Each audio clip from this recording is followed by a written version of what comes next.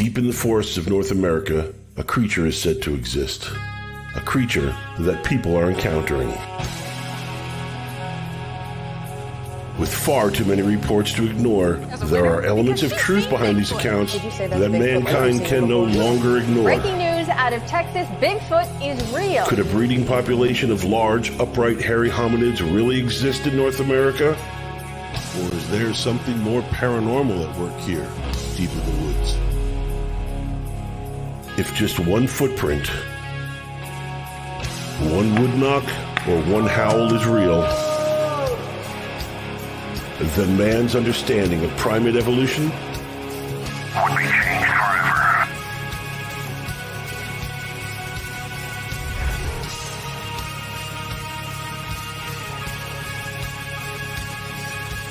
Join the Catskill Appalachian Research Collective as they delve further into the mysteries of Bigfoot and other paranormal phenomena through the eyes of witnesses, investigators, critics, and skeptics. Join us as we look to discover what lurks from behind tall trees. There they are. So, quick question. On our intro, you see that Bigfoot spotted in the VA clip. When you guys were talking about those pictures of like the Bigfoot at the lake, people keep on getting posted. Was that one of them? Because it looked kind of familiar. Or I just noticed that. It was not, but it did share similarities to it. It wasn't the same one, but it was. I mean, the setting and everything looked the same, but the creature itself did not look like that. It was like one was short and stumpy, and then the next picture is like long and skinny. Yeah. Because I know which one. I know which ones you guys are talking about. They tend to make their rounds every like couple of months or whatever. They do, yes. By the way, I love that intro. That is probably the best intro I've seen for a podcast. That was really good. That was very well done. Yeah. That's Brendon, man. He's the talent. Brendon, yeah. Yeah, that was awesome. Brendon Brown, everyone. Yeah, pretty bad intro. So yeah, guys, we definitely appreciate you guys coming on. Definitely pumped to have you guys on. So like, I know when we talked the other day, you guys were filling us in on getting out in the woods and everything like that. You want to like provide a little more detail on that? Tate, go ahead, man. No, go ahead. You haven't talked yet. Oh man, so before we get to that, I am jealous of the edit that he done of our picture. By the way, I really want that for me to print it out. but so yeah, man, we're in the woods weekly, multiple times a week. Most of the time, we've taken a little break the past 2-3 weeks because David's had surgery. I've been sick. Tate's family had COVID. So we normally try to stay in there, and then there's sometimes that we go and we don't get anything, so we don't upload videos at all to our YouTube. And people were always like, "Hey, when are you going to do it?" But the new location, the reason I wanted Tate to talk about it was because it's Tate's family that actually owns this new land we figured out is conjoined with our main primary hunt spot. But yeah, man, we're out in the woods. What all do y'all need to know? What all you want to talk about with it? Well, I can expand since you brought it up. First of all, I don't think we get to do this enough, but there's two individuals that I ain't gonna really give their names out, but I'll give a shout out and a huge thank you to, because without those two owning the land and giving us our start and access to the land in the first place, the Squatch Watchers would not be possible because we'd have nowhere to really hunt. Yeah. The first side of the land, well, actually it's split by a main river, and it goes adjacent into a state park. And the one side of the river is where we started out at, and we've hunted for years and years and years. You can see on our YouTube. And now this past year, like you just said, this other side of the river that we've never really been into, David had went one time, and he sugarcoats it, but he technically trespassed. But he went there just to check it out, and he just said there was like just ungodly Sasquatch activity. And he's been harping us on our case for years about going over this side. And me and Taylor's like, yeah, sure. I mean, we got activity over here. We're fine, But then finally, one day we was like, it is a little slow over here, like activity wise. Let's see if we can get over there. And lo and behold, my cousin lives next to the access on the other side, and they're pretty well off. And one day I was talking to my dad about it. I was like, dang, I'd love to get over here on the other side, like me, Taylor, and David trying to get in there and, shoot some videos and do some investigations. And he's just like, well, I think your cousin owns that land. Really? So I called her up. She owns like acres and acres back through there of all that land on the other side of the river, and we get instant access. And it's a pretty intense drive in, but once you get in there, there's like a abandoned asphalt plant, and then there's accesses into the woods, and from there it's just terrain after terrain. Yeah. And we've had amazing activity, as you can see on our latest videos. Yeah. So have any of you guys ever had like an actual like Class A, like, seen one yet, or? On this new side of the property, no. On the other side of the property, yes, David was actually featured on a television show. I won't mention the name, but he was featured on a television show. They come in an investigation with him, and he was telling this story.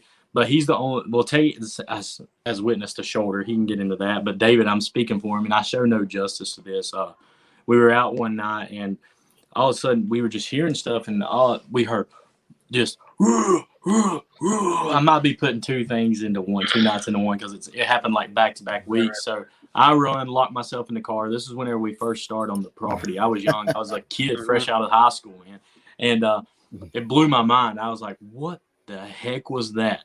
I said some other stuff, but I don't know if we can say it on here. But I was like, sure. What the fuck yeah, you can. Okay. And I was like, so me, our old teammate Bronson, and another guy, we all ran to the car and locked ourselves in the car. This thing, I'm telling you, just lets out a roar. And if David is able to join us, if he starts feeling better, I want him to give you the roar because he'll do it. And dude, we went and locked ourselves in the car, and he's like, I need a flashlight.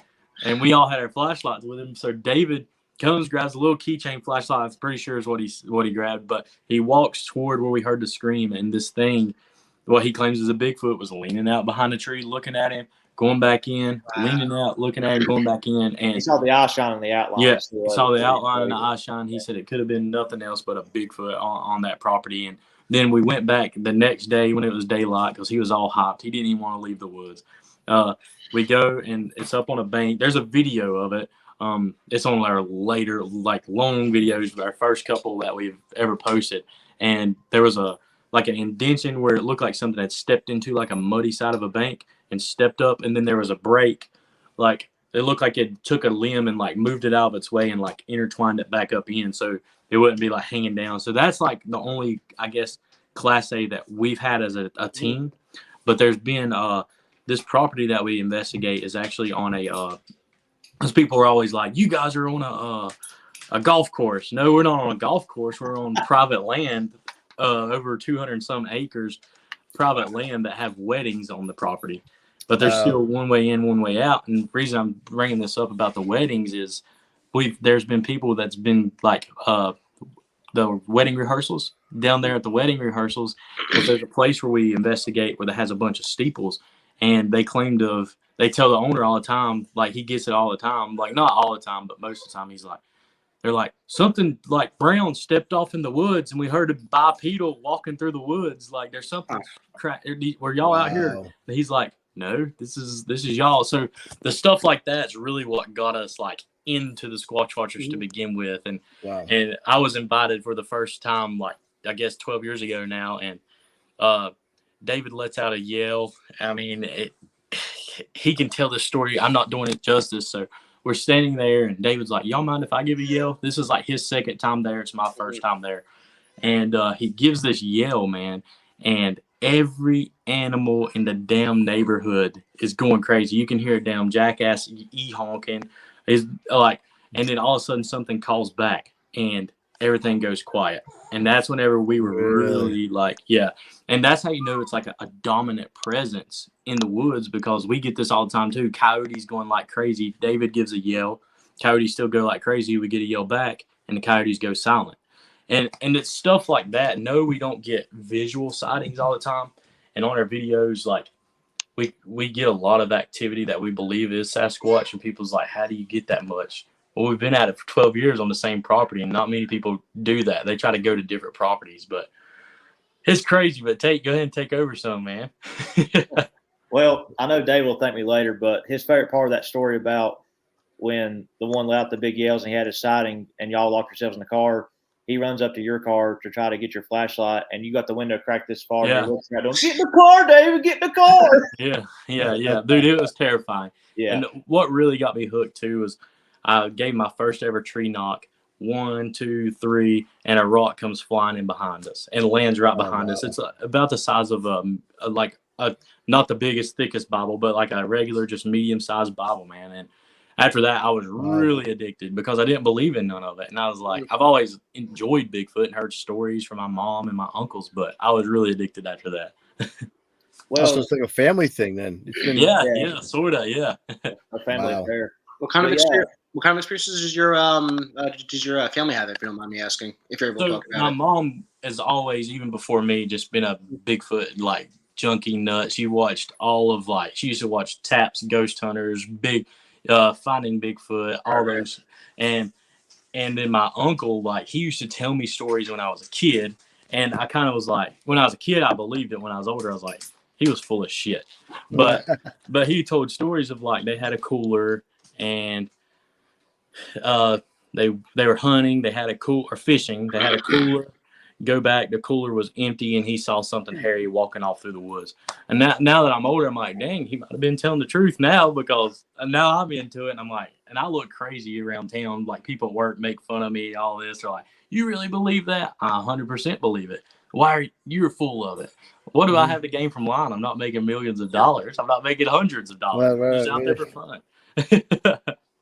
No, I get that. I get the same thing too from my friends. They make fun of me and call me a loser for being into this stuff. What I have to say to a lot of them is, why don't you come out with me one night? That shuts them right up usually. Yep. That's what happened to Tate. Scared to do it. A lot of people are scared to do it. Oh yeah. That's what happened to Tate. Tate told him you used to make fun of me, and then you finally came 5 years ago, and he's been addicted. Well, I mean, I've always believed in Sasquatch, but I didn't think it was in my backyard. I mean, I live probably 8 to 10 minutes away from our primary hunt location. So a Sasquatch in this area, I'm like, really?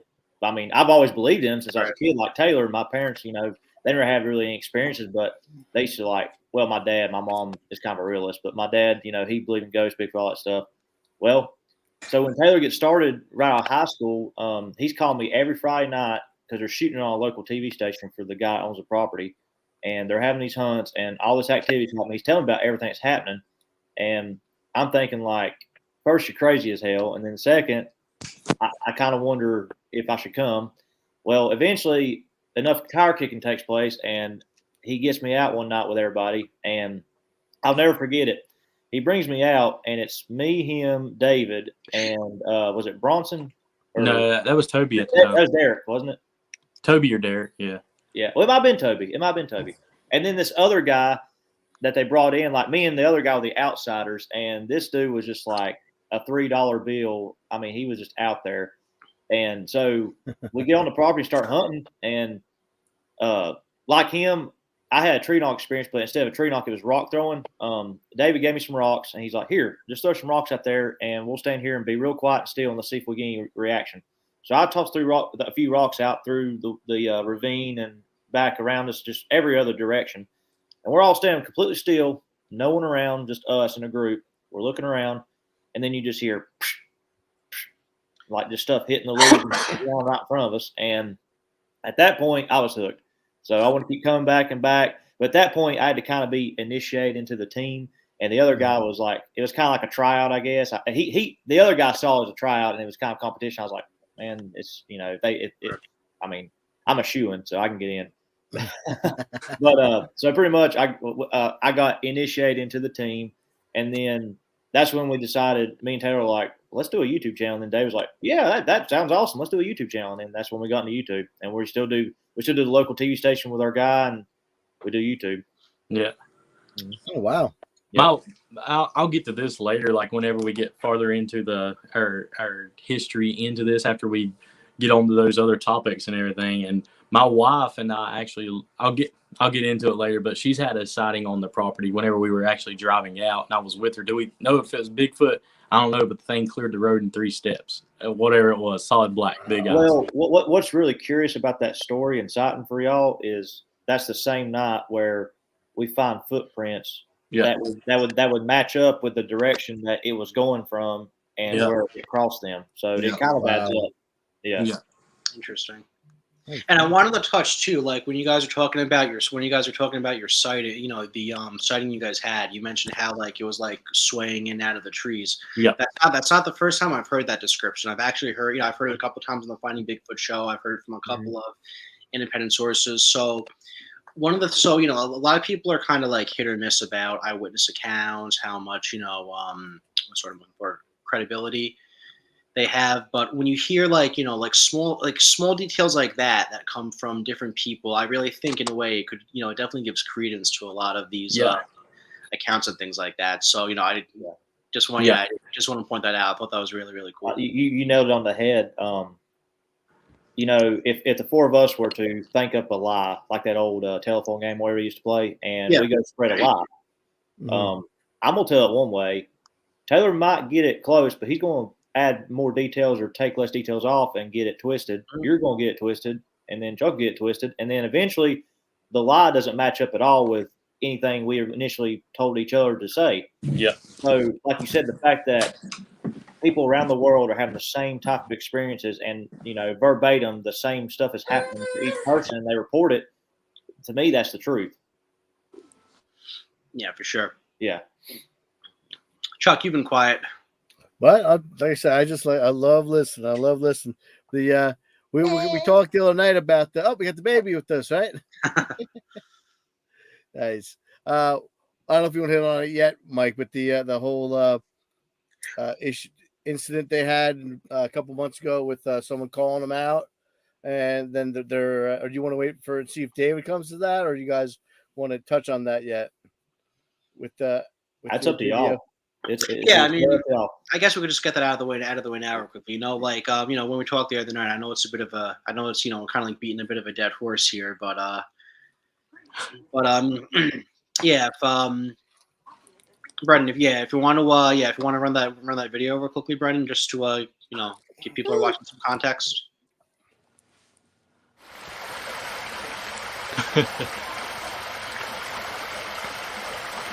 I'm going up on the ridge line.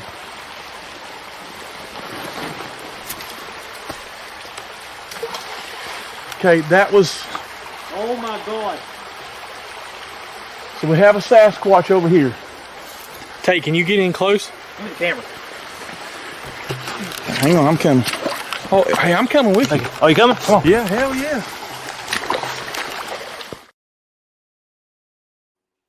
So 2 things. Okay. The first, the individual channel who you know, alleged that you guys were like, you know, BSing or hoaxing or whatever you want to call it. He claimed that the rock that Dave threw was the splash that we heard, but in the video you could clearly hear the thump of the rock that he threw. Yeah.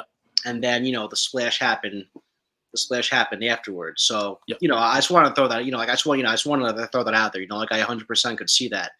The second question I have was, after you guys heard that, I wasn't sure who said it in the video. What made you guys automatically assume that whatever that was could have been like a Squatch or something like that?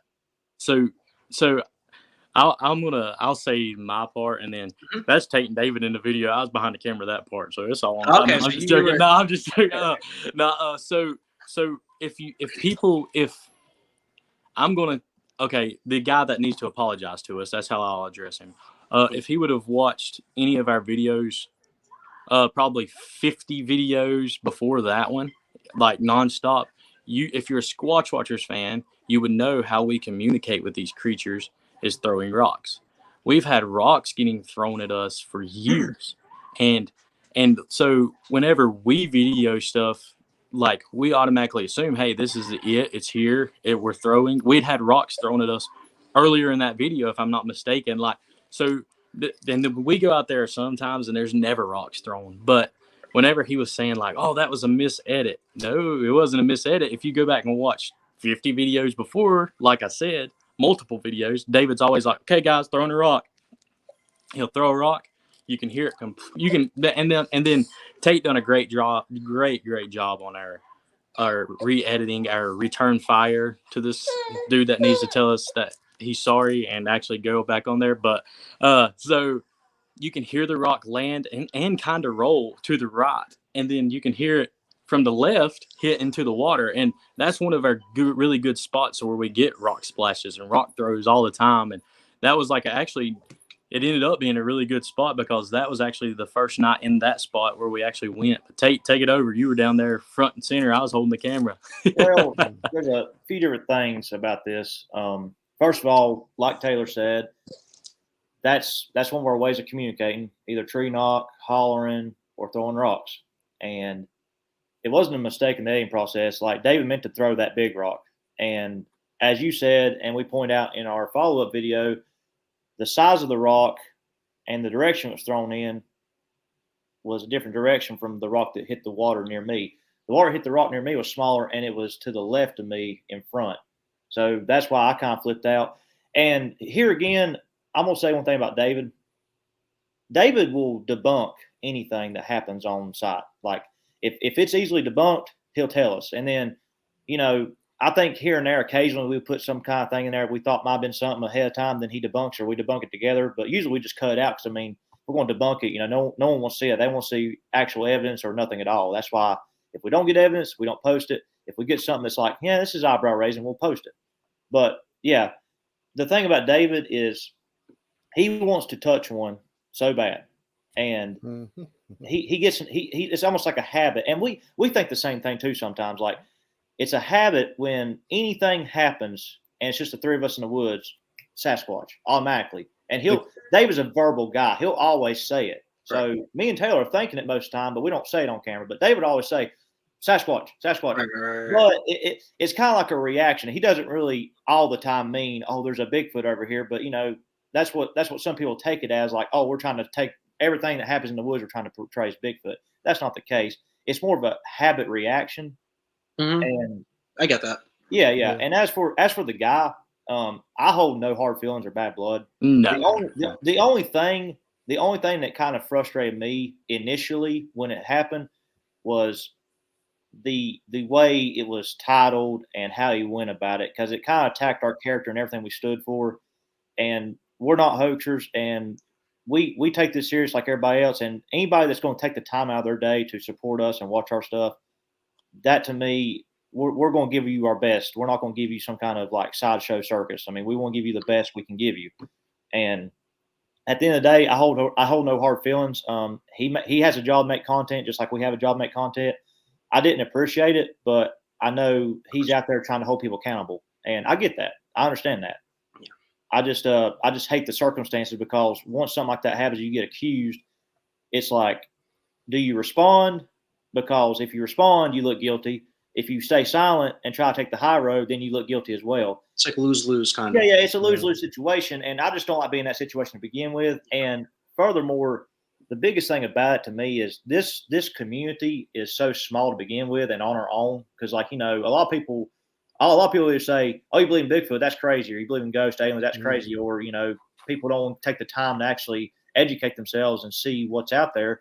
You know, we all need to stick together. I don't believe in making enemies in this community. I want to be friends with everybody, and I just don't see the point in going at each other's throats. And like I said, I think the guy was just trying to hold us accountable, and that's fine. But at the end of the day, it wasn't fake. A rock hit the water, and us three were there, and nobody else.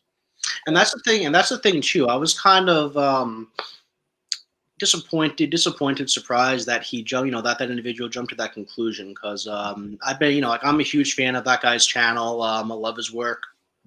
Definitely hold him to, like, you know, a super high standard. We've had him on our show before, you know, great guest, really smart guy too. But I was really surprised that he just, like, you know, jumped.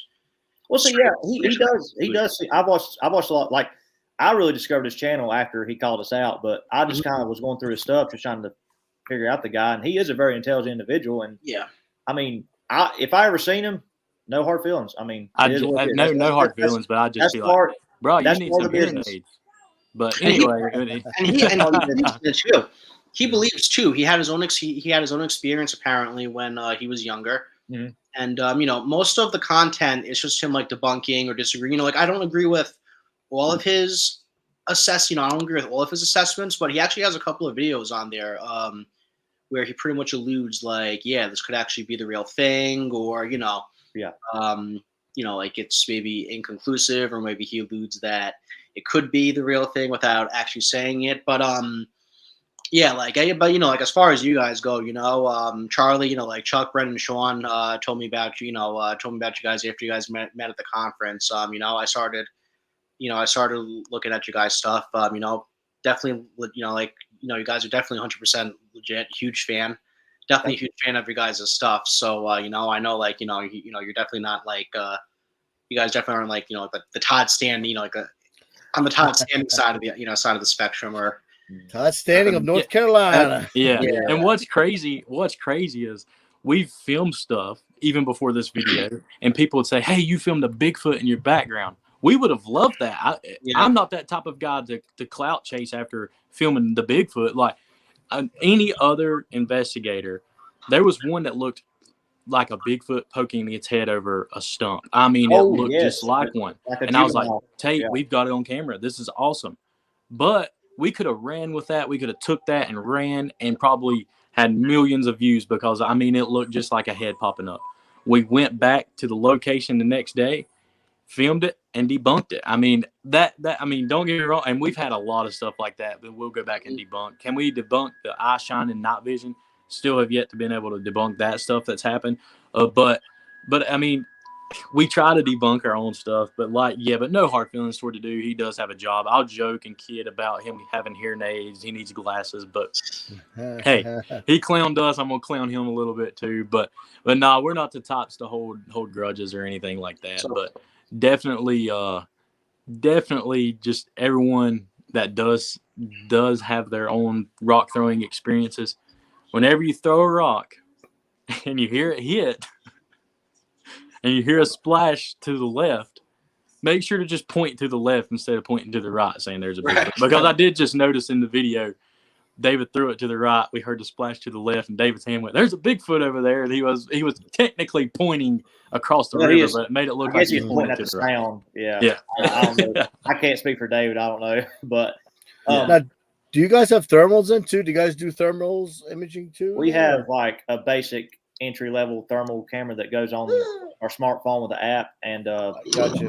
Shout out to Bigfoot Odyssey. They're the ones sent it to us. It works good, but if you're past like 30, 40 yards, then you're getting nothing.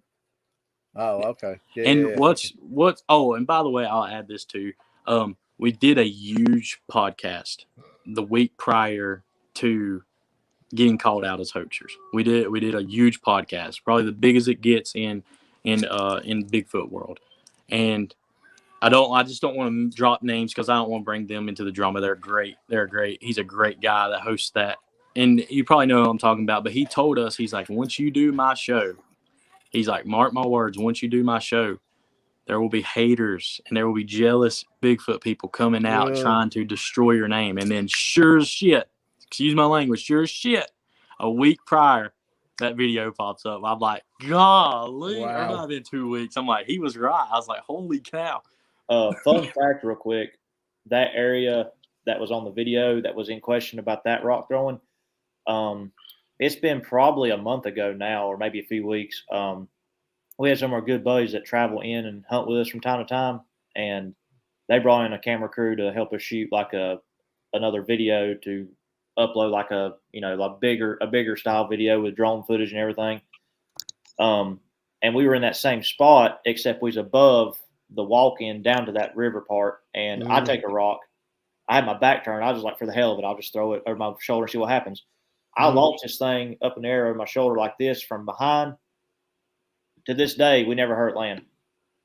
Yeah. I mean, it didn't hit trees. It didn't hit leaves. It didn't hit rocks. It didn't hit mud. It didn't hit water. It didn't hit nothing. Wow. Just throwing it out there. So how did you guys start utilizing rock throwing as a method of communication? How did that I'll go first with the simple answer because David said so. Ever since I walked on the property with everybody, David said, throw rocks, communicate, knock on trees. 3 knocks is good, 2 knocks bad. Not throw rocks. That's what I've been told. What about you, Taylor?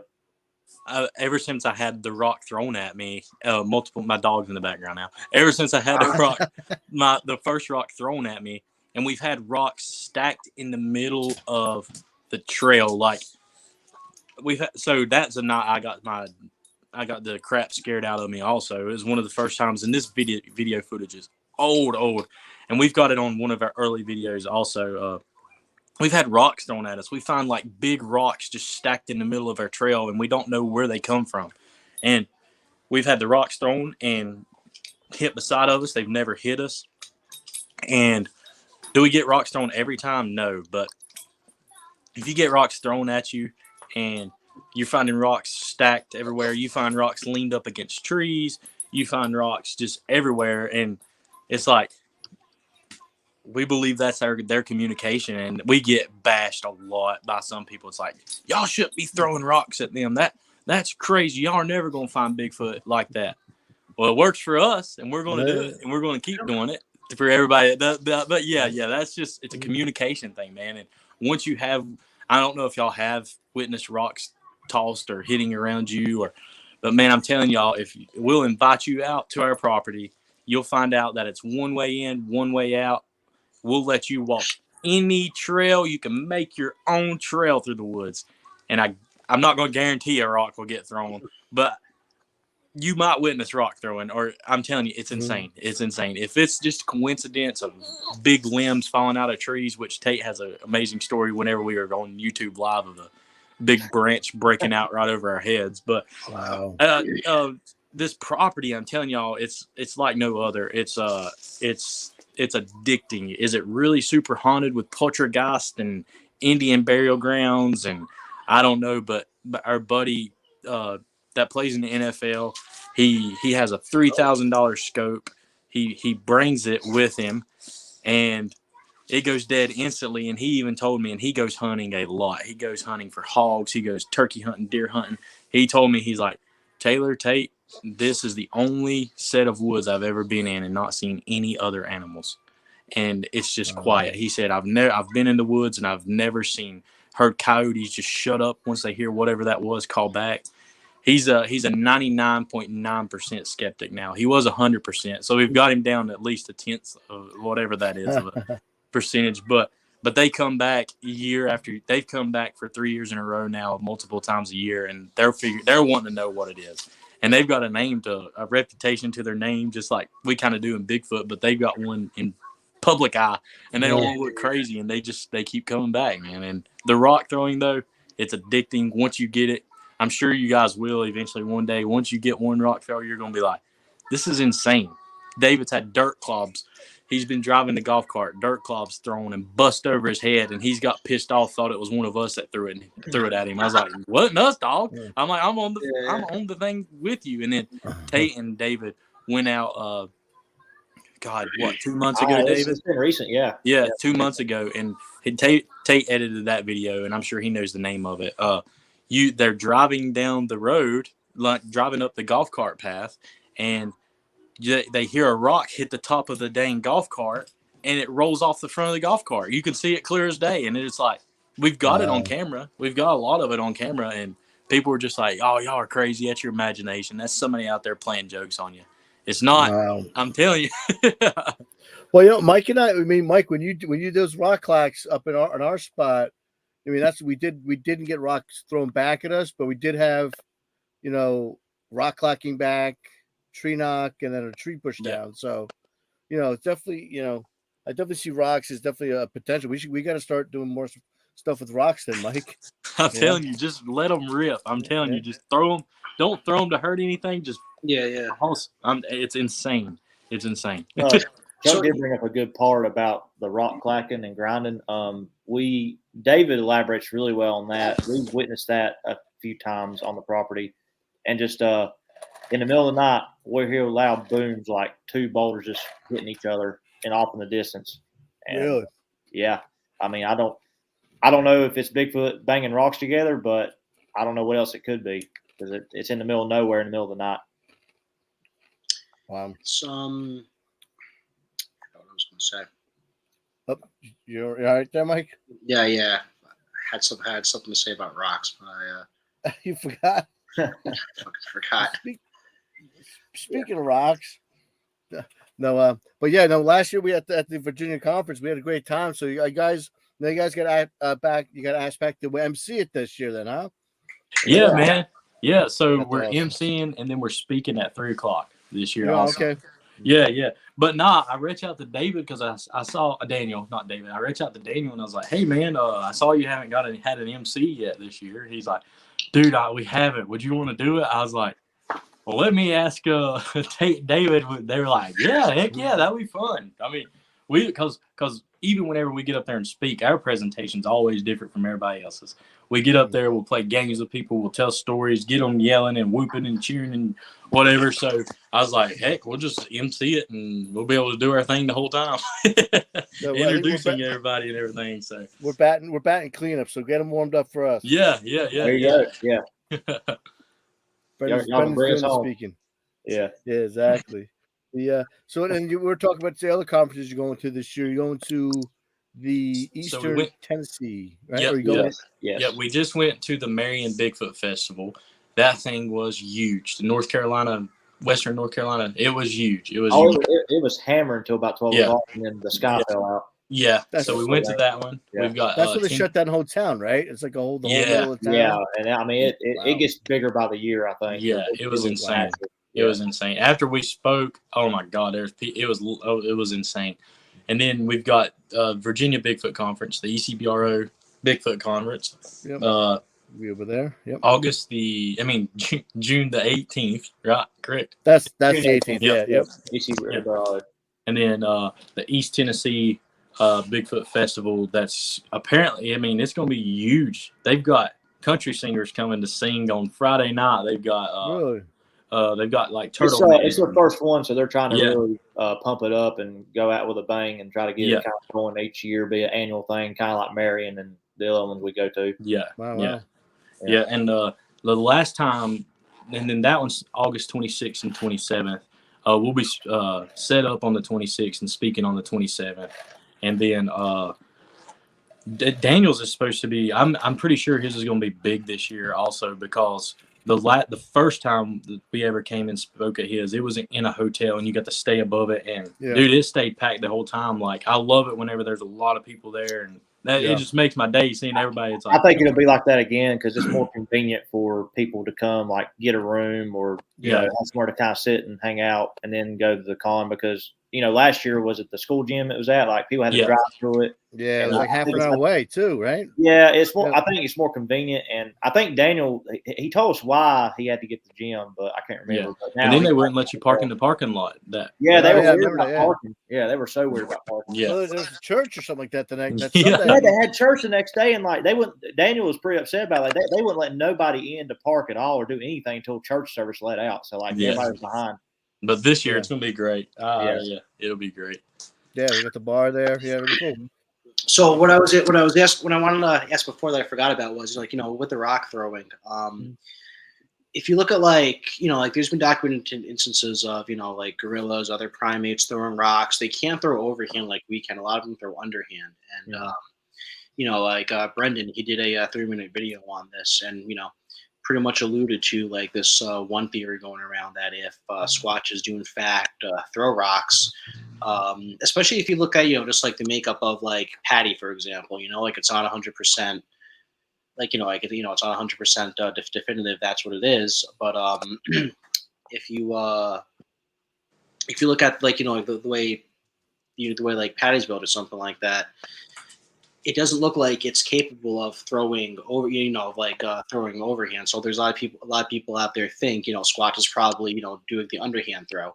With that said, if these things are throwing rocks at us, how far do you think they physically are from like where you're at? What's crazy is that actually makes sense because they never hit really hard behind us, and it always seems like they're coming from above because you'll hear a thump, like a thud to the ground, kind of like if you'd hit a golf ball and it just stuck to the green or something. Take a high arc, yeah. That's right. But we have had some that sound like they're crashing through the trees too. But they must have been tossing them from up above or something. Well, that's a very interesting point you brought up.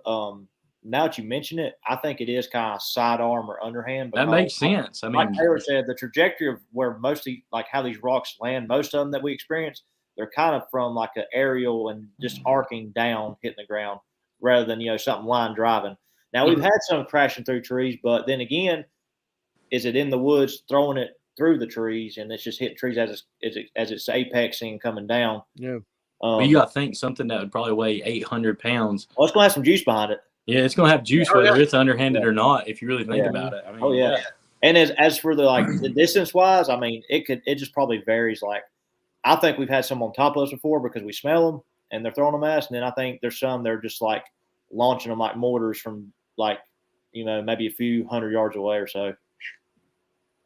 Who's to say too? They're not like excuse me. Who's to say too? They don't have a little bit of like altitude, like a couple of feet above you guys, like up in the trees or something like that. Well, it's funny you mentioned that because in the past year we've started looking up more in our investigations, especially with the FLIR camera, or even just pointing a flashlight and the camera up in the tree. Yeah. We probably missed a money shot one night. It's probably the first this year, like during winter, the tail end of winter. Probably January, February. I'm not really sure when. It might have been the end of last year. We're walking the fence line at the church steeple area that Taylor alluded to earlier, and we're getting ready to walk back to the other side where the primary woods and trails go into the mountains to investigate. But we're over there first, and we hear this crackling, like something breaking bark in the trees, and we're like, "What the hell is that?" So we keep walking that way. I'm on the live on my cell phone, and Taylor's got the camera, right? Yeah. You're on mute. Oh, yeah. I'm on live. You're on the camera, remember? Because I'm on the camera. He's on live. And so we're walking down, and we had terrible flashlighting. So, like, you can see in front of us, but you can't see, like, way out in front of us. And so we're walking through, and you hear crackling in the trees and stuff. And then next thing you know, this branch that's, like, the size of me and Taylor, like on top of each other's shoulders, falls like right in front of us, maybe 20 yards in front of us. Jeez. And we're flipping out. Taylor on the video, you can hear him do, "Oh, it stopped recording!" Like the live just stopped in the middle of the whole thing, and I still got the camera rolling. Taylor's like, "Did you get that? Is it rolling?" I was like, "Yeah, it's rolling. It's rolling." So we go up to the tree branch and we look at it. Next thing we know, we hear something kind of like it's lunging and high stepping like bipedal through the thicket next to the fence line where the tree was above us that broke the branch off. It just runs off, and then there's a river beside us, and then we don't hear nothing else. So I don't know if it tread the water or what. I don't know what happened, but David jumps over the fence, tries to get in there after, and he can't find nothing. And so we go back and we're just investigating this tree branch, and it was clean as day, like just broke off and just fell. So we're thinking juvenile Bigfoot.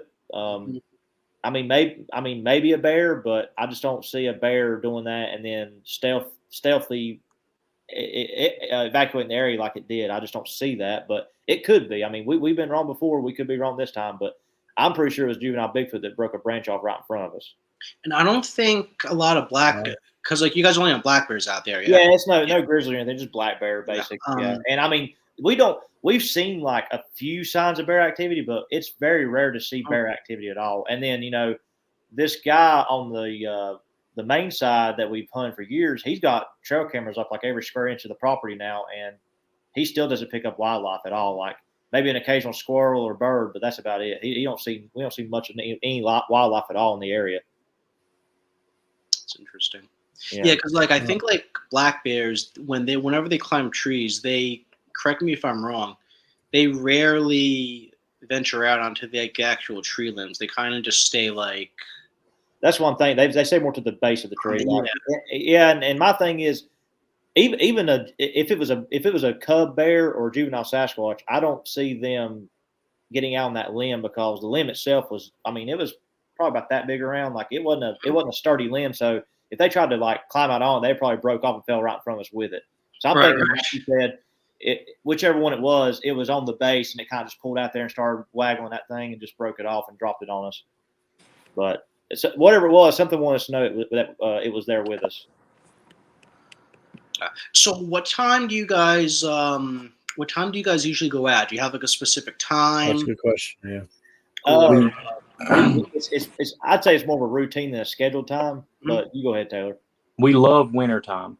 Wintertime's our favorite because there's just no bugs out there making the noises. Audio's crisper and clear. The audio's really good. The leaves are pretty much dried up by then. You don't. No snakes. I love wintertime.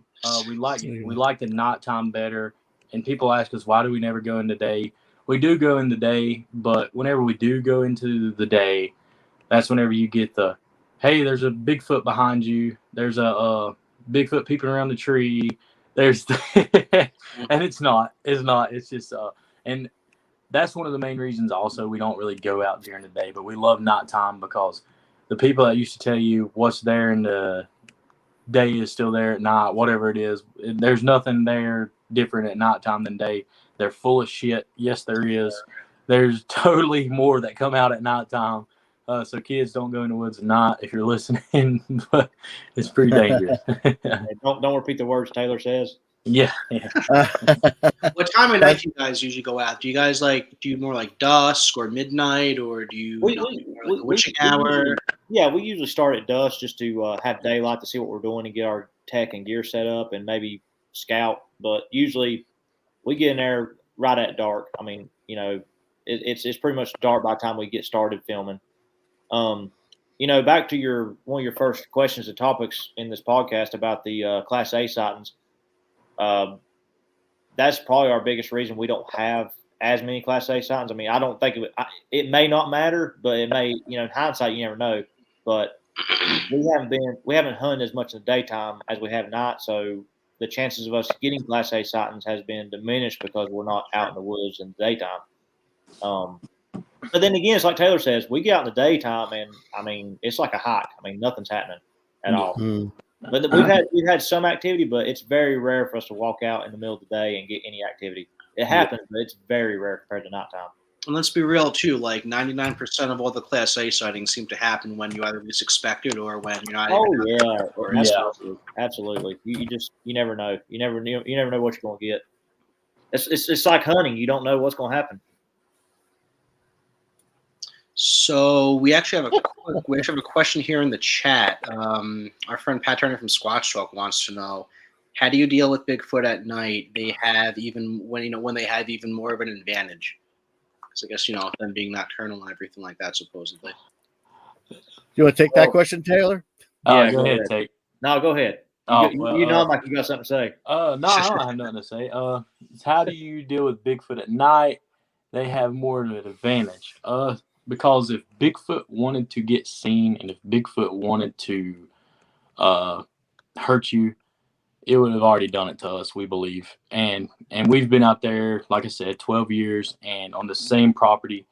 And people were like, there's no way that y'all build a relationship. I'm not saying we have a relationship like this guy over here that claims that he goes and babysits Bigfoot's babies. And we have more of a relationship to, hey, we're here. We know you're there. We get tree breaks that, have y'all ever heard the theory? Like if you get a tree break and it's bent a certain way, they stay on that side, we stay on this side. I normally stay on this side and David normally goes through it. And then you see more at nighttime and I know you guys do not believe in the woo. But there's some stuff that has happened to us to where it's like, what if the woo could be real? And you do see these flashes of light at nighttime that you're not going to see in the day. And it's these green, I don't want to put it in your head because you guys may come with us, but this is just me. I'm going to go ahead and tell you the advantage of at nighttime. If you see these flashes of lights, man, and there's been other people, because we did the big podcast about 2 months ago now, and he had the exact same thing. He's like, you're not crazy. I've interviewed 100 and some people, and there's a bunch of people's had the same experience. Am I saying it's tied together? I don't know, but when you do, it's just crazy. I don't want to put it in your head because you guys may come with us. And we're coming down, Taylor. Yeah, and you don't really have. You don't really have. David hates when I mention the lots because he's like, you're gonna put that in everybody's head now. They're gonna be looking for it. But Gwen actually this past weekend when we were investigating, her team had a a white light that was bouncing around the eye level around, and it wasn't. They tried therming and they couldn't see anything. They had multiple people saw it too, and that's what I think's the advantage at nighttime, because if on our property, anyways, that's what I'm saying. Is it Bigfoot all the time? We don't know. Is it poltergeist, Indian burial ground, just anything poltergeist out there? It could be, but I can tell you this: about 99.9% of the time, whenever we see those flashing lights, or somebody new comes with us, sees one of the lights, it almost looks like you flick on a light bulb and the light bulb blows. It's my wife thought I was crazy. She still tells me I'm crazy to this day. She finally came on a hunt with us one night. She was like, "You're crazy. Why do you do this?" I'm like, "Just come." So I got her out there one night, never told her anything about the light flash. All of a sudden, 15 minutes in, 30 minutes in, whatever, if she's, "Taylor, what was that?" I'm like, "What are you talking about?" There was no lightning bugs. This is not lightning bug season, by the way. And I'm like, "What are you talking about?" She's like, "There's just a flash of light over there. It could have been a lightning bug." I was like, "Okay." And I look at David, and he looks at me, and then all of a sudden it happens again. She's like, "It just happened again. It's a green light, and it just looks like it just." I was like, "Okay, Paige." I looked at David, and we both have cold chills, and I was like, "Okay, Paige, just be ready." And she's like, "What do you mean?" I'm like, "Be ready, because activity's about to start happening." She's like, and she gets scared. Activity starts happening. There's a video of it. She's a non-believer still to this day. Don't know if she believes in Bigfoot. And she had a little stick tossed and hit off of her leg. Really? I don't know what it was. It could have been Bigfoot. It could have been a ghost. Could have been demon. But I can tell you this much: that nighttime, that's the advantage that I think. Sorry to get off on that spiel, but I had to give a skeptic's point of view. She's scared to go in those woods now. Wow.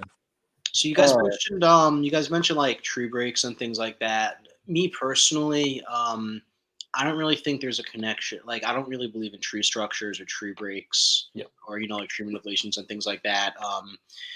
It sounds like you guys allude that like you think there might be a connection there. So for someone like me who's kind of skeptical about that stuff, what would you say or attempt to say that would try to like sway me for tree structures? Yeah, tree structures, go ahead. Things like that. Well, if I were to, explain to you our reasoning or try to convince you, first I would say the tree structures that we find or other people find, like Daniel Benoit finds some amazing looking tree structures out in his neck of the woods. I don't believe, and I don't think Taylor David do either, I don't believe that's like Bigfoot houses. I don't believe they live out of them or anything. I don't think they're shelters. The thing about tree structures to me is like if you see a tree X, like X is crossed, and then like tree bends, stuff like that. I think the tree structures are more of a territorial marking for the Sasquatch rather than a shelter. So if I were to explain that to you, I would say if you see something in the woods that looks kind of off, like a tree X formation or trees bend over pointing in a different direction, I think it's more territorial and they're trying to communicate with whatever's out there that recognizes it, that's their side and this is our side. Maybe juveniles. Yeah, that's really it. Maybe juveniles monkeying around. Could stand for water. Could stand for food. And because heck, we think it's a communication. Monkeys can sign language. So and it's like, why can't they build a structure to be like, hey, this structure right here will represent, hey, it's 2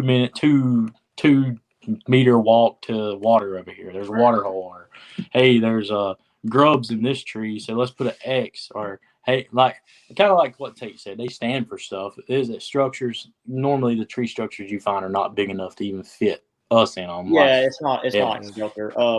Now, anytime we see something random or odd like that on video, we're going to point it out because it's just in the most random spots in the woods. And it's like, what did this and why is it here? And that's more what we're trying to figure out is why is it here and who did this. We'll walk one day, the tree structure's not there. You come back a couple months and there's a new tree structure, and you're like, well, not every time, but not like a full blown tree structure, but like there's just different stuff, and you're just like, this was not here, and that's the type of stuff we're still trying to figure out. Because my thing is, I live in Westchester County, New York. It's, one of those snooty, pinky up counties, right above New York City, one of the most densely populated areas in the country. Down the street from me, I have like this little bird sanctuary. It's like a little lake, wooded area. There's like 2 major highways that that kind of like crisscross around it. And I've walked through those woods before, and I've seen like similar, like trees bent that, bent, or the X's, or even like, even weird like, structures that, if you're anywhere else, you could, probably, attribute that to like a tree structure or something like that. Yeah. So I see stuff like, I see stuff like that. A lot of them, just the way they're set up, they kind of look exactly like what these structures and tree manipulations people are seeing that they allege are maybe like a Squatch or something like that. It just, like that's what I struggle getting past. And I know where you're coming from too, because I'll be driving down the interstate and I'm like, oh, there's one of those trees that's bent over that people say that Sasquatch had bent it over and sticking into the ground, and it's on the side of the interstate, and you're like, huh. But only reason we point them out is because we know our woods pretty good now, and we know what's been there and what hasn't. Right. But there's no, and I know you guys know this too. There's no expert in this field. There's not one expert in the Bigfoot field, because there's no bodies there. And people that say they can talk or speak with Bigfoot. How do you know? Because where's the video of you speaking to it? Where's this? There's no experts, and like this is all of our opinion. It's not fact. I mean, it's our fact on our property. For us, it's a fact for us the way we do it. But for everyone else, it's opinions. And there's no way of getting you to believe what those things stand for, though. I mean, and because no one knows, and because there's no experts. And, I mean, for us, 12 plus years on the job, and we're still learning on the job. Yeah. Well, you're always learning. Real quick, I missed the question in the chat. Tiffany wanted to know how big those green lights. How big were the green lights that you saw? That you do see. If I were to guess, at no bigger than a baseball. Like no bigger, because I mean you're seeing them through the distance, going through the trees, and it doesn't last long. I'm telling you, it's like it's like out of the corner of your eye. You look and it's gone. Yeah, but you do see them sometimes clear as right there, and you're like, holy crap, there it is. Sorry. Gotcha. Yeah. So one thing I wanted to bring up, this was actually posted in our mutual friend Daniel Benoit's group. There's a really interesting thermal still shot. They figure that some people think could be a Squatch. It was actually in your guys' home state of North Carolina. Yeah. I forget the I think I have the specific location it was in. It's slipped my mind, but it's a really, really interesting photo. If you want to throw that up, Brendon, for everyone to see. Yeah. So this is what we got here. You could clearly see the figure, kind of like the center right there. Taylor, when I showed this photo to you a couple of months ago, you weren't buying it. No. Why is that? You said, why am I not buying into it? Yeah. Okay, so it's in North Carolina, like you said. And in North Carolina, Tate can vouch for me on this. And David actually has one of these cutouts. And you can tell in this picture also. You see how it's just the same shade from top to bottom? Mm-hmm. If it were an actual living creature, I would think it would have some darks and some dark spots in it. But I'll cut to the chase. In North Carolina, there's an aluminum metal Bigfoot cutouts that look exactly like that. and I think David may have sent y'all one, but yeah, they look just like it. Oh. So do they all look exactly just like that picture right there? Take. Oh yes, absolutely. There's a few on the side of the road at certain businesses that people like to put up. I've seen them like David's in their personal yards, like on a tree. And I mean, if you look at the outline of that, it looks almost identical to the FLIR shot. I mean, now the biggest thing is the legs are the telltale sign for me, because if you look at the legs, they're in the same exact position as the cutout. Now the upper body's kind of blurred in, but that's just because it's a FLIR and it's grainy and far away. But to me, it looks like the same exact outline. Because that would be my first rebuttal to that, because like if you go back to the metal cutout photo, you could see you could see the cutout's left arm. It's like directly behind it. Yes. Behind its backside, and it doesn't really have like that fat protruding, that fat protruding caboose. So if you go back to the FLIR photo, it doesn't seem, it doesn't clearly have that left arm jutting out, and like whatever this is, it could just be my, maybe it's my confirmation bias influencing. Whatever this is, looks like it has, like that big ass, kind of like like what Patty has. So that's just my initial rebuttal. I mean, you guys are probably right, but just the legs, man. The legs just look too identical to me. Like I don't know. Like the I see what you're saying and referring to, and my only thing is I just wish that we could see the, like, I'm assuming they videoed this because that's how our FLIR works. You can video it and then take screenshots. If we could see a video of it and see what happened through the whole process of catching this to see if it moved or anything, that would help out a lot. Yeah, for sure. And that's why with stuff like this, just getting as many facts as possible, the backstory. That's why this stuff is so important. You see so many like compelling videos, photos that just get like thrown up there, no backstory or anything like that. Even if it was actually like a legit thing, the fact that there's no backstory behind it, it's a bit of a red flag. There was that. What was it? I mean, it was NVTV. They had this. I think you guys did a video on it. NVTV came out with this one video of like this guy like peeking out from behind a tree, filming what looks like a Squatch walking or something like that, and it looked really, really good. But we literally just had that video. That was the only source of information. There was no backstory to it or anything like that. And like a lot of people give things like that the benefit of the doubt. Like maybe the person wanted to stay anonymous, they're afraid of being like scrutinized and stuff like that. But this is just kind of messed up. It's kind of selfish of them to do that because it doesn't really push the ball further. Yeah. Real quick, I got a question. Do you want to read the question? David Lester? Go for it. Okay. What are your viewpoints on portals? Oh, God. Okay. So I heard you say, oh, God. But man, I'm telling you, what are the green flashes of light that start the activity on our property anyway? Is it a portal? We don't know. But and people say that the things that bend over, sometimes we get words put in our mouth on video that I don't say something, but I'll say something one day and people will judge Tate and David of saying something. David will say something one day on a video and people will be like, Taylor think there's portals in the woods. Do I think there's a portal like the archway?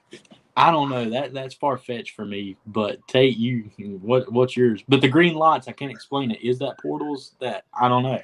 I mean, go ahead. So real quickly, I'm sorry to cut you off, Tate. Aren't there like swamp gases and stuff like that out there that produce like lights and stuff like that? There's a thing called there's a thing called Brown Mountain Lights. We're not too far from that. But they're on up the road though, Tate, and in our property. I've never seen. Well, I can't say I've never seen the gas. What if that is? I will say that could very well be that, or it could very well be what our theory is. We just don't know. Yeah, I mean, we really don't at the end of the day, and I can't give you a definitive answer on that. Yeah, and I'm like you, oh God, because anytime we use the P word off or on camera with people, it tends to cause a ruckus. People go all crazy over it, and that's another thing about the tree bends, the structures that you like so much. We started kind of questioning, are these portals? Because y'all's intro had a very cool part that we have actually taken on more recently with, what exactly is Bigfoot? Is it like a actual evolved creature from primates and humans, or is it a alien? Is it a ghost? I mean, what exactly is Bigfoot? So that's where the portals came into play for us. We had some people sending us information about it, and we was looking into it, and we kind of bought into it for a little bit because of some of the stuff we started seeing on property and what they were telling us. What we started looking for it, and it kind of added up, and that's where we went with it. Now, we're not going to sit here and definitively say that Bigfoots can portal and be interdimensional. We don't know that, and we don't have any concrete proof of that. That's just what we have a theory of, and we're always coming up with different theories and seeing if we can debunk them or prove them right. And that's what our channel's about. We bring the hunt to you. We try to get all the evidence together, and then let the viewer make an educated decision themselves on what they think it is. And remember what I said. There's no experts, so the portal theory technically isn't wrong because Billy Bob don't have a Bigfoot on a silver platter yet, or we don't, and so I don't think anyone's crazy like that. Like me, so I'll tell you. I'm going to tell you, Dave. We're a Christian-based group. Just because we're Christian-based, don't mean we're using that for people to believe everything we say. But we are a Christian-based group. We'd like to, if any chance I can say that, hey, follow God, follow God. That's the only preaching you're ever going to hear from me. Amen. I ain't the one to judge, but David has a theory that I'm going to make super short. Super short. David will go on for an hour on Condensed version. And I've got to elbow him up on stage sometimes. Like, come on, David, we've got to speed up now. So, David, if really you're listening. It's a good story. Good idea. Yeah. So, David, if you're listening, you're not crazy because there's no experts, brother, but just shorten your speech a little bit. This is how you do it. So, David, so if you think about it, God, if you believe in God, big G God, is not from this earth. That means if you're not from this earth, you're an alien. I'll cut that in half. Okay. God technically is an alien to this earth. He created the earth, but he's still not from this earth. So I'll cut it short too. There was a war in hell. God casted Yeah, there's a war in heaven. God casted the devil and a legion of angels out of heaven to roam the world, and God, and he said that the devil is going to be the leader of earth and hell, correct? So that means he can walk between earth and hell. So who's to say two dimension? That's hell is a dimension, earth is a dimension. Who's to say that those demons? And I know I'm not hitting it like David because I don't know the Bible like the back of my hand like he does. I'll tell you I'm Christian, but I can't tell you everything about the Bible. But who's to say that these angels just don't want to go to hell right now, and they are walking in and out of these portals and dimensions also until Jesus does come back. Now you have to be a Christian to believe in this theory, but it's a theory, and they were cursed. So who's to say he didn't put hair all over them and make them really ugly and to give them big feet and stink and stink like crap that we smell all the time, especially in certain spots. And who's to say he didn't curse an angel and throw him, hey, here you go, devil, you can do whatever you want with them. But when I come back, you're going to get your ass kicked. Huh? So turn them into Whoopi Goldberg, basically. Yeah, that's it. Yeah, Patrick Swayze. Or whatever, for Ghost or whatever. I mean, that's kind of when we talk portals, that's kind of where we're coming from, like a Christian-based perspective. Like maybe maybe Sasquatches are fallen angels, and first thing people think of when they hear angel, they think of different things like angel, alien, angel, ghost, angel, person. It could be any of those, all the above. So that's what we think is like it's an interdimensional being, and that's so far that's what we've been on here lately. And because you'll run to the activity so far, you'll run to the activity and it's gone, and you'll be walking. How do these creatures get gone so fast? Like, I've got a theory on how they can get away without hearing them, because if you really go to like most sightings, you'll notice there's big logs and big trees down. Who's to say that they don't make a crash sound, hop on one of them logs, sidestep it, hit another log, sidestep it, and they're gone? Or climb up trees, because if you step up on one of them logs and you sidestep it, you're not crunching through leaves, you're not crunching through, it's silent. It's just sidestep, sidestep, sidestep, sidestep, and gone. And that's how I think they travel through the woods. They're either climbing through the trees or they're sidestepping. If you can hear them crunch through the woods sometimes, but then it just gets gone, and you're like, where the heck did it go? Or did they go to their dimension to hell? Is everybody familiar with the movie Richie Rich? What? Is everybody familiar with the movie Richie Rich? Oh, of course. Yeah, you know the little sniffer machine he's got that like smells stuff and tells you exactly what it is and what it's made of. I wish we could put one of those on our camera because you'll see us time and time again complain about this awful, wretched smell, and it just it comes over us. We may or may not get activity, and then it just disappears. When we stay in the same spot and disappear, so it's like, are these things appearing and disappearing? I don't know. That's the beauty of it. We're trying to figure it out. That's my thing. My thing about like the whole woo, like interdimensional or supernatural qualities that people may have. To me, it's just a combination of wishful thinking and people. That's their rationale for like kind of using it as like fillers for things that they that they can't, for lack of a better word, scientifically explain.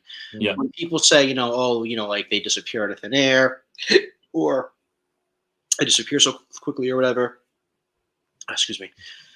My thing is, if you look at it from like a psychological standpoint, like if you see, like if you actually see like a Squatch or something like that, it's really, like in essence, it's going to be a pretty like traumatic experience, And when you see something like that, your mind, like it kind of fucks you up a little bit,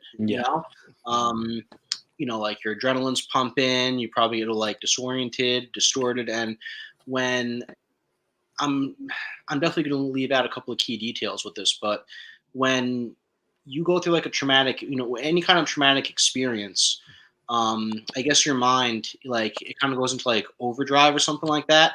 And as it processes everything, your brain will black out like certain details or instances or something like that. Not just for like this scenario of like a Bigfoot, but like any type of traumatic situation. You kind of have like those brief like blackout moments. So I think people will resort to the the, as we call it, the woo, to kind of like fill in those moments that this traumatic experience made them black out that they otherwise probably would have like remember. Like, does that make any sense? Yeah, that's a very valid point. I can understand where you're coming from. Yeah. I mean, we've never had that type of encounter where there's something there in front of us, we can pull out a camera and film it, or just have enough time to think about what we're actually processing and seeing and experiencing. So like you said, if somebody's blacking out or having that adrenaline and cortisol or norepinephrine, all that stuff going through them, and they black out, they're going to try to fill in the gaps with something. Yeah. It's kind of like one way to compare it, I guess, is when like I guess one way to compare it is if you're in a situation where you have to like defend yourself, say you like shoot somebody in self-defense, when I took my gun safety course, when I was living out in Minnesota, when I took my gun safety course to get my carry permit out there, they said that you forget, like it kind of, they said you should go through like 2 sleep cycles before you actually recount to the authorities what happened. Because, all that stuff's, like all that stuff that we just discussed is going on. Like that's what cops do apparently. If they're involved in a shooting, they wait until they have 2 full sleep cycles before they actually relay the details. And, that's essentially a traumatic experience, same equivalence. So I don't know. Do you think that's a good comparison, kind of like on principle, or? I think you brought up a very valid point. If anyone has a Sasquatch sighting, they should sleep 2 nights on it and then talk about it. Yeah. I mean, that's a very good point. You were talking about the like self-defense and shooting. It's kind of fight or flight in a way. Yeah. Yeah. What do you think, Taylor? I'm taking the flight, bro. Sorry. Like I just want to film one. I don't have to. Yeah. Well, I mean, yeah, I would like to film one, but yeah, to your point, I think people try to fill in the gaps with certain things, and that's the biggest thing when we hear this stuff, because we have a pretty decent sized view base, so like we're getting messages all the time on social media accounts and whatnot. Yeah. And some of them even got a hold of our email and email us. So they're always either sending us pictures or asking us about theories or their own ideas. And the biggest thing is we like to take each of those ideas and try to put ourselves in their shoes and see why they thought like this and how they led up to thinking like this, and see if it makes any sense. Most of it doesn't. Some of it is like maybe they're onto something, but at the end of the day, we just don't know because we just don't have that that textbook way of going about things, and we don't really know exactly what we're dealing with. But and then there's ways to go about it too. Like whenever we do get these and we do make a video of it, we do never just say you're a hoaxer. We're like, hey, we're not buying it, and the guy that needs to apologize to us, I mean, it's just,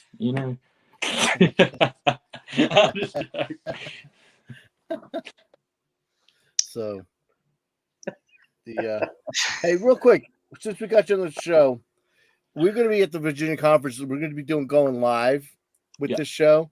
So since you guys are emceeing and David was kind of recuperating tonight, maybe you guys can jump on again and help us out with the show again. So we'll get like a 2-for-1 from you guys. Yeah, that's absolutely right. Anytime. Yeah, whatever. When are y'all going live with it up there? Just anytime. I think pretty much the whole day. I think, or obviously we're not gonna be. We're on the 5, so we won't be able to do it then. Excuse me, but yeah, definitely during the day though. Oh, excuse me. Okay. Are you guys going to get there on Friday, or are y'all getting there early Saturday? Friday night. We were there. Yeah, that's Friday night. Get the hotel. Yeah. Good. So we'll be able to get the be in the bar, have a couple drinks, and I like it. For the pool or something. I like it. like last year. Mm-hmm. Yeah. Well, you guys didn't show. You weren't there. You weren't there Friday night last year though. You were there Saturday night. Yeah, right? Yeah. We got there late Friday night. We turned in late. Yeah, and then got there. Yeah. Heck, maybe Chuck can buy everybody's drinks this year. Definitely got you guys. Don't say that too loud. It'll be a good time. It's gonna be a good time. Yeah, I think so. Yeah, it should be a really good show. I mean, we had we got our new T-shirt we're gonna sell, and we have some new hats this year, so we should have some pretty good merch. And like you said, being in that hotel, I think it's gonna be a better situation because I think it's gonna be a little more concentrated, and people aren't gonna be able to disappear as much. So, absolutely. But there's Mike. There he is. So you guys just gotta keep an eye on Charlie with the booze because he gets a little sloppy. Yeah, we haven't met Charlie. That's just when Brendon was mixing the drinks. Last year was good. Yeah. So, Mike, are you going to be there, or you won't be there this year? No, I won't be there. I won't be there. Oh, okay. I thought you were going to be there. Yeah. It's myself, Sean, Brendon, and Gwen. Okay. Got knockers. So we still got a good crew, and that sounds good. Yeah, I'm there in spirit. Yes, you are, Mike. So, you have anything else, Mike? Actually, one thing I wanted to touch on. I know we're kind of running a little low on time.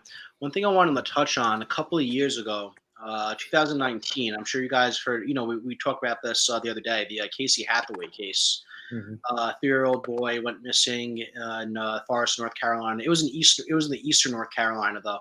Yeah. But temperatures below freezing at night. It was raining pretty badly. Pistol of people searched for him.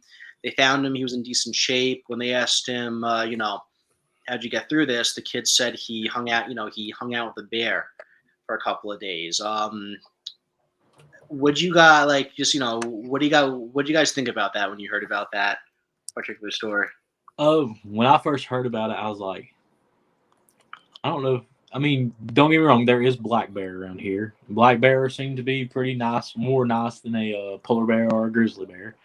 But I don't think I thought it could have been a Sasquatch. When I first heard the story, I was like, hey, maybe he just don't know about Bigfoot. Maybe his parents never have told him anything about Bigfoot, and he thinks something that's covered in hair and big and whatever it is a bear. So I think there was a possibility it could have been a Sasquatch. I wouldn't think that his mind was playing tricks on him out there, or maybe he was about to get hypothermia, pneumonia, whatever it is, and he was starting to trip or something. I don't know, but I think it could have been a Sasquatch. What about you, Tater?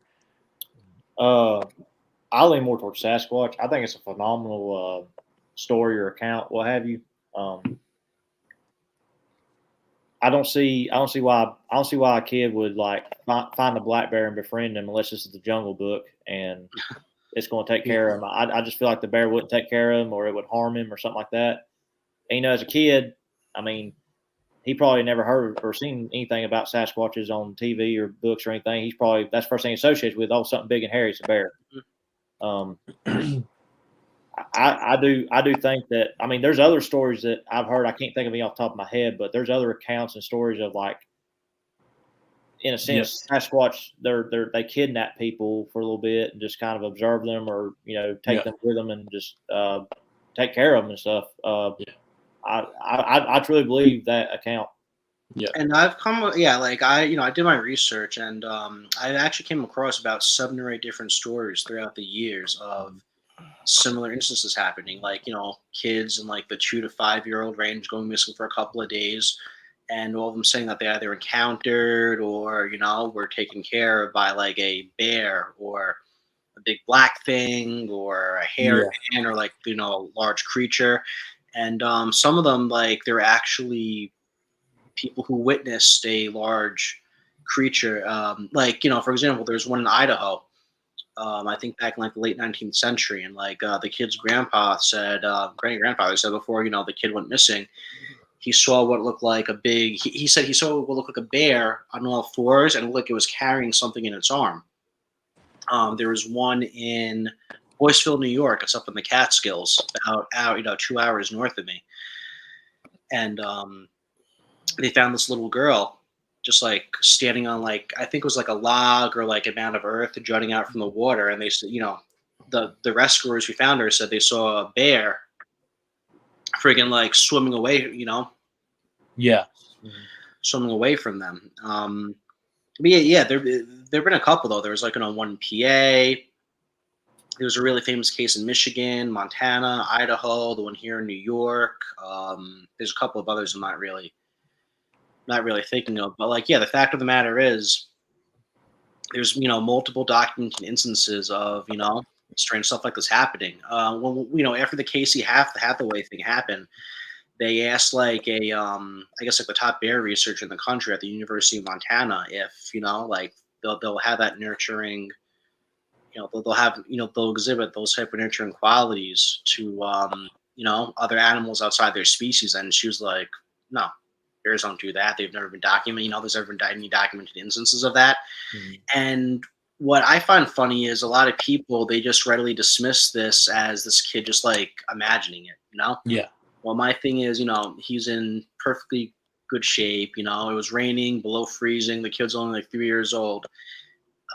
If he was left to his own devices, he probably would just, He'd have perished. Yeah, he would have made it. Do you think that this is just me going out on a limb while I was sitting here thinking about this? Do you think maybe? Do y'all believe in aliens? Oh yeah, yeah.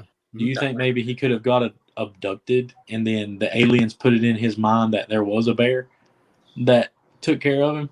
It's crazy to think about, but the whole dang thing's crazy. Talking about Bigfoot really crazy, but I was just sitting here thinking, I was like, hey, he could have. Well, what's curious about the whole thing? As the kid grows up, and they mature and process things better, and they see more on animals and everything. Like, I want them to look back at that experience and ask themselves, was it a bear or what actually was it? I want to do an interview with him when he's a little older, if he can. Because this is from me furring back, but the kid that they made the movie after that died whenever he was like 2 or 3 and saw heaven or whatever, and then they made the movie about it and everything. He could tell you everything about it, but he never really read it. He was too young to read the Bible to know all the details. I mean, he's older now and he can tell the story like it was yesterday still. So it's like, I wonder if this kid will still be like that. That'd be neat to know. That's an interesting point, though. It'd be interesting to follow him from afar, because I'm sure if something did happen to him, he's gonna be curious to start researching it himself. Yeah. So you guys are all younger than me by 20 years. So maybe in 20 years, some kid walks up to you like, "Hey, I was the one abducted, in the woods. This is my story." You guys can talk to him about it. What's weird too about that story, and this has happened like some of these other cases too that I mentioned, they found this kid just like on like a mound of like on just like a little like mound jutting out of like water, and was pretty much surrounded on like all sides by water. When the rescuers found him, keep in mind these are like grown ass men that found him. They had to walk through like waist deep level water, and waist deep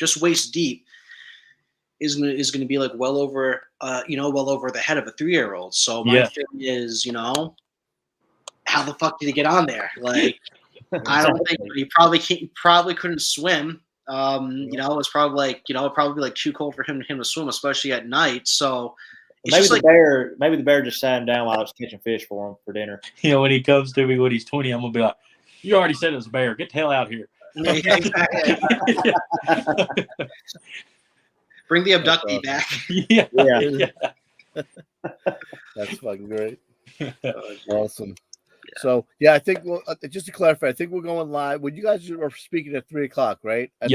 Yes. So we're going to be going live right around the same time. So maybe we can catch you once you come off stage. Yeah. Or before you get on stage. Yeah. But I definitely want to catch you guys speaking again because you guys were awesome last year. Well, thank you. Thank you. I know we thought we were ready to hear y'all speak, and then you said that y'all were just setting up last year. I was like, yeah. That's right. Brendon's working on his speech. He's gonna be rocking it. Heck I'm gonna be there for the eye candy. Now, are y'all going to get up there and flash pictures, or y'all just going to get up there and we're going to talk about the philosophy of the group and the channel, and because Brendon, he puts out a lot of 3-minute videos on his channel. Yeah, like a TED talk, I think. Yeah, what's up? Like a TED talk is how he's describing it. Yeah, that'll be cool, man. I'm excited to watch and see it, man. That'll be cool. Yeah, it'll be cool. It'll be a good conference. I'm excited. Yeah. Definitely wish I could be there, but it's hard for me to take off work and like a drive like that. Yeah. So hey, we totally understand because our NFL buddies they started getting into ghost hunting with us, and they're talking about wanting to take these trips and flights out to these places and just do stuff like weekly or weekends, and we're like, man, we love y'all and we'd love to, but we're average Joes. We got jobs. It's hard to schedule this stuff and plan it out ahead of time. Yeah. We understand completely. Yeah. Plus the price of gas now, it's $5 by me. So yeah. It's and it just keeps going up. Mm-hmm. Yeah. Thank you, sir. Yeah. I'll just leave it there. I might ride my bike up to Virginia next weekend. I don't know if nice. Chuck heard us the other night, Tate, but you want to ask him? What about the pinky rings and shovels? The pinky ring, what? Dude, go ahead. You have burnt that into our minds because last year, whenever we met you, it was 2 years ago, I think. It was last year. Last year. Was it last year? Because they only came last year. I thought we met at Daniel's first one we went to. No, last year. Okay, last year, because we just met you and we're like, so you believe in Bigfoot? And you're like, and I was like, you ever get sightings? And you're like, yeah, but you're like, yeah, there's only 2 things I don't want to walk up to. We'll be in New Jersey. Yep. Yeah, you said a man with a shovel of pinky rings and something else. Like Blackberry. He said, no, you said, he's talking about what? It was a mama bear and then a couple guys with shovels and pinky rings. Yeah, that's right. Dude, we still laugh about that. I'm like, I've never heard it before. Well, I'll take you squatching up in Jersey. You'll be like, you feel the same way. You're like, all right, there's a burnt out car. Yeah, all right. Because when Taylor called me the other day about coming on y'all's show, he was like, Chuck, he brought your name. It's like, oh, the pinky ring shovels guy. Yeah. Okay, cool. It's true. Yeah. We got mountain lions now. We got mountain lions now, and actually, I think there's a hybrid mountain lion bobcat up by us now. Oh, too. dang! So, I'm actually, people ask us about when we go out in the woods and investigate Bigfoot or ghost or anything, what have you. They ask if we're ever scared, and I'm like, the only thing I'm scared of is a mountain lion. Yeah, a big cat. Yeah. And that's why it's smart that you guys are looking in the trees too, because they're not on the ground; they're up there waiting for you. Yeah, and they're here. They're here in the eastern U.S. Yeah, absolutely. And it's funny too, because I tell I say, outside of just hearing different witnesses and people's alleged cryptid encounters, besides Bigfoot, the one cryptid I hear the most about It's not Dogman. It's not, lake monsters or flying humanoids or what else is out there?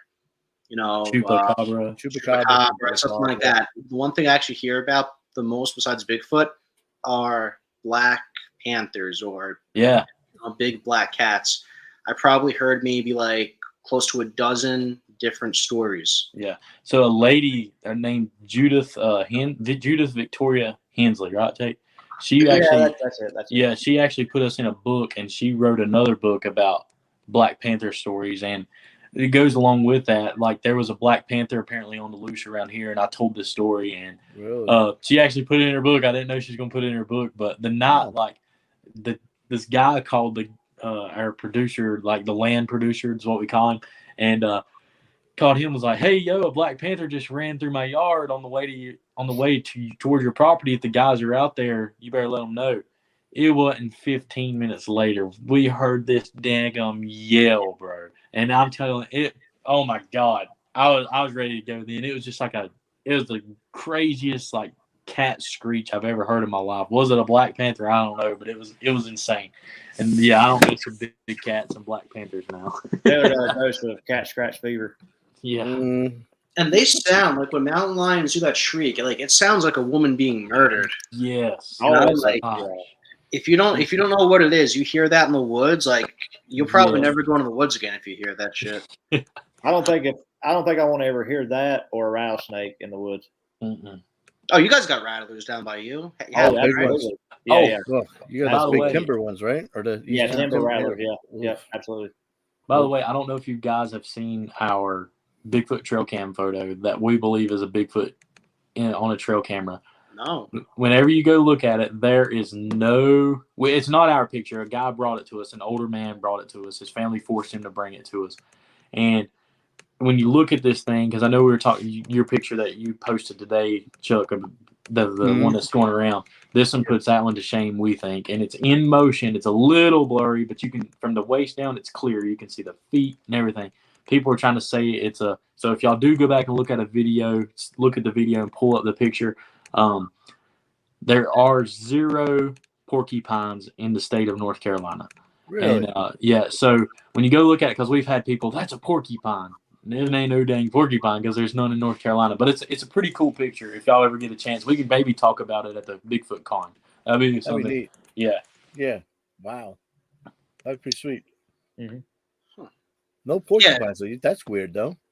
Yeah, no porcupines. If you Google it, because I had to Google it, but from what Google said on multiple sites that there were no porcupine inhabitants in North Carolina, which I thought they were. I thought there was too. They said there's 0. About that. That's you looking it up, Mike? I would, just to clarify, if y'all want to. Yeah, please do. I've seen a few. Yeah. I wouldn't doubt it. We have them up here. Yeah. And they can grow pretty big too. Good. They grow. What's it? Switzer photo? That his name? What, John Switzer photo? Yeah, is that what you're talking about? What, the trail camera photo or? Yeah. Mine? Yeah. Is that John Switzer? No, John Switzer. No, our video is Bigfoot trail cam photo, I think is what the title of it is. But I think the guy's name was Joe that brought it to us, an older man. And it's wild. If you just look at it and really just study the picture in the video, if y'all want to go back and watch it and we'll talk about it or whatever on the next, whenever, man, I'm telling you, you can just start picking out things like a fist that's clenched, the buttocks. I mean, it's wild. It's wild.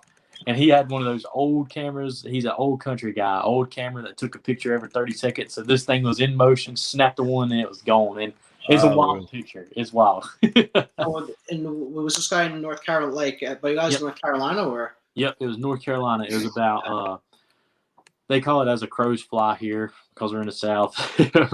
So about 10 miles as a crow flies through our primary hunt spot, through the woods in a place called Kaiser, North Carolina. And they got a thing up there. They call him Nobby. And there's been multiple sightings. And I really think this guy got a picture of Nobby. I mean, it's insane. It is insane. Yeah, I got to check that out. Then we'll definitely talk about it on in a couple of weeks then. It's not the clearest photo ever, but it's clear enough. It's clearer than all the ones you pixelated ones you see, and it's pretty cool. It's neat. And a lot like one of the biggest things that's like a lot of skeptics like to point at. They say, how come these things, how come trail cameras never, never gotten like a clear photo or video of one. Number one, like trail cameras make noise, it's very subtle and very faint. Like, like a lot of animals have better hearing than us. There's the whole infrared theory. I wouldn't be surprised if they could like see or sense the infrared. And the other thing too that a lot of people don't realize is when you put a trail camera up, your scent could stay on a trail camera for up to like a week. And the batteries, and if you get real close to a light bulb, you can hear the buzzing sound. I think that Bigfoot can hear maybe the buzzing sound of the infrared, buzzing sound of the battery sizzling. I'm telling you, like, people ask us this all the time. Why don't y'all put up trail cameras? On their other primary hunt spot activity, he's got trail cameras up left and right, and now activity's died down. That's why we're going across the river now. There's no trail cameras over there. It's insane. I'm telling you, they play a big game in Bigfoot research. They can hear them, see them, or something. They've got to be able to. Because I personally, when I'm out in the field, I like setting up trail cameras. I don't expect to get like a Squatch or something like that. I hope maybe one day I'll get lucky. I can get like a nice like a mountain lion or something. That'd be pretty cool. I've gotten some cool stuff before, like bears and everything like that. I think they're important though, just because it kind of gives you a sense of just like what what kind of wildlife's in the area, and everything like that. We had someone from, we had the guys from a New York Bigfoot Society on a couple of weeks ago, and they said like one of the things you could tell with cameras is like movement patterns. If you go through like a stretch of time where there's no deer or anything like that in the area, like a trail camera could pick that up, and you could see if like any other factors or conditions or anything like that coincide, and if there isn't, then what kept them away from there. So I definitely think they're like an important. I definitely think they're important to just, kind of get like the pulse of, like the environment and everything like that. But, like I never expect to get like, it'd be nice, obviously, but I definitely never expect to get like a Squatch or anything like that on one just because they know they're there. And animals know they're there too. Like how many, like I can't tell you how many times I've reviewed camera footage, and I'll just see like a deer, or like I even had like a bear once, just like nudging the camera with their snout or checking it out. Like they know they're there, and if like animals that's compared to us, if animals that stupid, they're there, then like a Squatch definitely. Oh yeah. And then my last point too is, especially if it's something like territorial, residential. I think like if these things are real, like they kind of stay in one area, they're gonna know those woods like we know the back of our hand. So something like setting up a trail camera or something like that, like they're probably gonna notice that immediately and just know to avoid it. So but I think we're gonna be wrapping it up. This has been a great show, guys, and I'm excited to see you guys in a couple weeks. So I thank you guys for being on. Tate and Taylor, and then Mike, if you have anything to say. I think definitely want to thank. No, I'm good. Yeah, we appreciate y'all having us on too, man. We really love doing this stuff. Had a blast. We definitely could have like talked to you guys all night about this stuff. If David was here, we'd at the con it'll be good. David will be there, and so we'll begin. Well, I hope he'll be there unless his surgery might have flared up or something, but I'm sure he'll be there. He's needing to recover. He'll be all right. If you guys want to hang out backstage, after we wrap up, shoot the shit a little more. Absolutely. But thanks again, guys, for coming on. Squatch Watchers, everyone. Check out their YouTube channel. Got an awesome Facebook page, everything like that. Who do we have, Chuck? Who do we have coming on next week on the show? Gwen's going to be ladies' night with Gwen, and she has the Squatchers. Nice. Gotcha. Nice. We just got done with the con with the Squatchers. Yeah. What's that? We just got done. I had dinner with the Squatchers when they came to Marion. Me and my wife. We went out and ate dinner. Oh yeah. Great women. Awesome. Yeah, they're good people. Yeah. Yeah, like they're awesome. I met them in Virginia last year, and then I saw them in Michigan last year as well. Yeah, got to hang out with them a little bit. So they're very nice. Mhm. So they'll be on Gwen's show next week, and then we are gonna have our live show from Virginia, and then we'll go from there. Hey, Taylor? Is that a Squatch Watcher hat? No, this is actually a hat from a little. There's like a little food place right there on the main strip in Marion, and they were selling these hats, and I was like, "Dang, I want one." I was like, yeah. But we do have Squatch Watcher hats. So yeah, if we got an extra one, I'll bring you one. Yeah, we need to get we need to reload on them. Yeah. They went pretty quick. Kind of feel like a black sheep. I was the only guy here without any headwear, so I guess I missed the memo. Yeah, I got 5 heads. That's why I wear a hat. Yeah. All right, guys. Well, thanks again. You know, I had a freaking blast talking to you guys. Yeah, man. Absolutely, Mike. Thank y'all so much. Thanks. Hang out a couple minutes after the show. Okay. Thanks everyone for tuning in. Brendon, play us out. Hey, this is Chuck Larson. You're watching the CARC channel on YouTube.